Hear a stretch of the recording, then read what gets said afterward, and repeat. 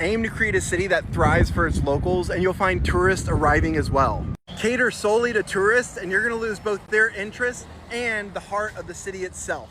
If you're a North American city struggling in post-pandemic America, you're likely choosing right now to become either a program-based city or a lively city. And in about a minute, when I explain what both of these things mean, you'll immediately be able to recognize, that's what my city is. I bring this up in part because my city is arguing this at this very moment. There are people arguing that this needs to exist more than additional housing. Now I want to get to that and the two definitions I promised, but first we have to explain the problem that we're facing. American cities have a unique development pattern that emphasizes verticality. That is to say, our zoning laws, which preclude neighborhoods from evolving into new things, only allow evolution to happen at one part of the city, which is our downtown. Now this concept of downtown isn't familiar to most European cities because they have evolved naturally over time. I made another video on this, which you could watch, so I'm not going to go too deep into that here. Suffice that to say that American cities have become basically glorified business centers, places that disproportionately attract the population in which to work, and are only busy 2 times a day, in the morning when people show up and the afternoon when they leave.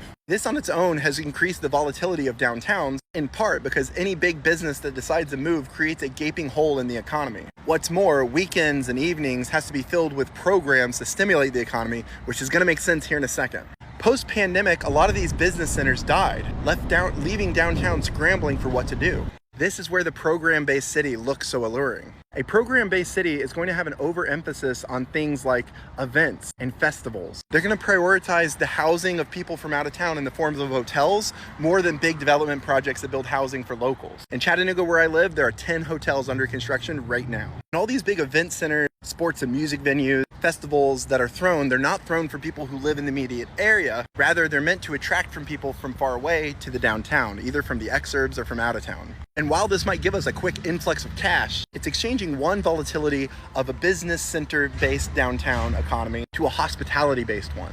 In this argument, an event planner for our annual regatta is saying if we lose these parking lots, we won't have a place to stage our events. Essentially, they're asking us to shape our city based on these one-off events that happen every year, rather than to shape the events to fit our city. But wait, the Ironman, the regatta, Moonlight, and the new bluegrass festival that's coming to town, he's bringing in millions of dollars. Well, yeah, but a lot of these companies are out-of-town companies. A lot of that money goes directly to them. And about 50% of the vendors are actually people who travel to these events from town to town. They're not even local anyways. And if you live by the hospitality sword, you will die by the hospitality sword. At some point, your civic center will get out of date. Your baseball stadium will be uncomfortable. You'll have to reinvest vast amounts just to keep those things going. But more than that, you'll start to kill your downtown with an overabundance of parking because you'll never have enough in the right area at the right place. And the nearby businesses will have to cater to the familiarity of tourists. And so instead of seeing Aretha Frankenstein's, you're gonna see more IHOPs. In summary, program-based downtowns focus on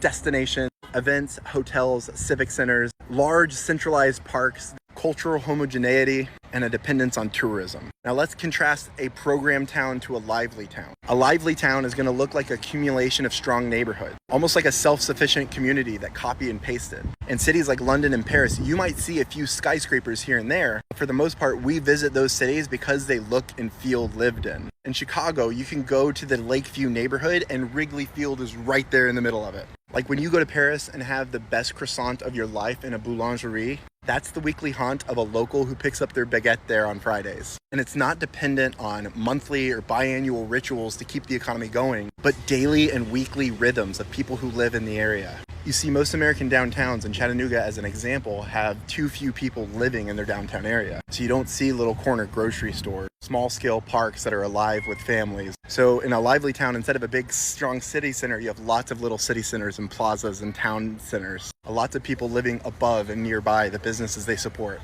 Instead of civic centers and massive parks, you have plazas and little parks. Neighborhoods filled with small businesses that are inhabited by locals, and cultural and economic diversity. By the admission of every politician in Tennessee and Chattanooga, we are in a housing crisis, but we're still arguing whether or not this parking lot should become housing at the heart of our city center. Even when people bring up the question of where will they park or where will we stage our event, presumes that the most valuable part of your town is meant for outsiders, not the people who live here. People try to use developers as a scapegoat. People are just trying to build big housing apartments and make lots of money. Those developers will be just as happy to build a $10 million parking garage as they would be a $10 million apartment building, or a $50 million civic center, or a $120 million stadium. Lively cities are more economically resilient, better for local residents, and ironically are better places to visit anyhow. If you live in Chattanooga, it's the locals that have made your favorite part of town.